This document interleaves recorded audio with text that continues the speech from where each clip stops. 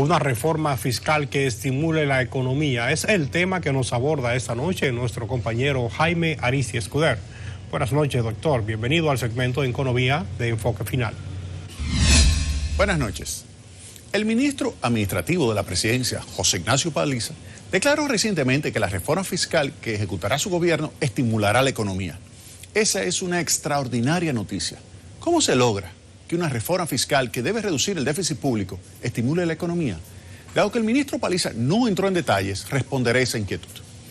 La reforma fiscal se ejecutará con el objetivo de consolidar las finanzas públicas a partir del año 2022.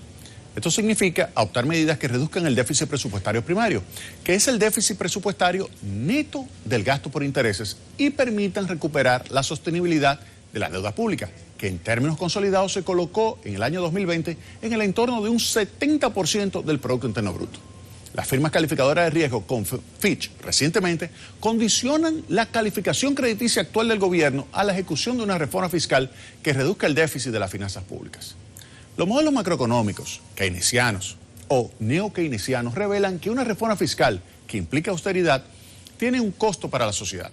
Cabe recordar que la austeridad se logra mediante la reducción del gasto público o a través de un incremento de las recaudaciones tributarias. Esos modelos indican que ambas medidas, a través del multiplicador fiscal, producen una contracción del Producto Interno Bruto. La posición del ministro Paliza se enmarca en la escuela que promueve que es posible que la austeridad sea expansiva. En ese contexto, es necesario leer los escritos y recomendaciones de Alberto Alesina, quien fuera un distinguido profesor de la Universidad de Harvard. Si los impuestos son distorsionantes, es decir, que afectan las decisiones de invertir o trabajar, un ajuste fiscal basado en la disminución del gasto público es menos recesivo que una consolidación fiscal basada en un aumento de las recaudaciones tributarias, sea este logrado por la ampliación de la base o por el incremento de las tasas.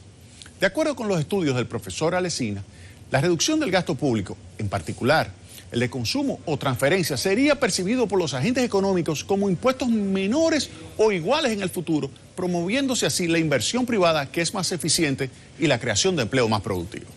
Ese resultado positivo pudiera alcanzarse siempre y cuando el gasto público a ser reducido no fuese complementario con la inversión privada.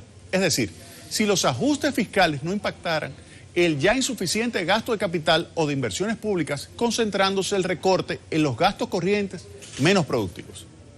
Por último, es recomendable que la reforma fiscal sea acompañada de medidas complementarias. Una política monetaria que facilite la transmisión del crédito hacia todos los sectores productivos tendría un impacto positivo sobre la economía. Asimismo, la reforma del mercado laboral le brindaría mayor flexibilidad, principalmente al segmento formal de la economía dominicana. Esas medidas complementarias serían favorables para el PIB, lo cual cobra importancia en caso de que la reforma fiscal se fundamente en el aumento de las recaudaciones y no tenga, por lo tanto, los efectos positivos previstos por el ministro Paliza. Buenas noches.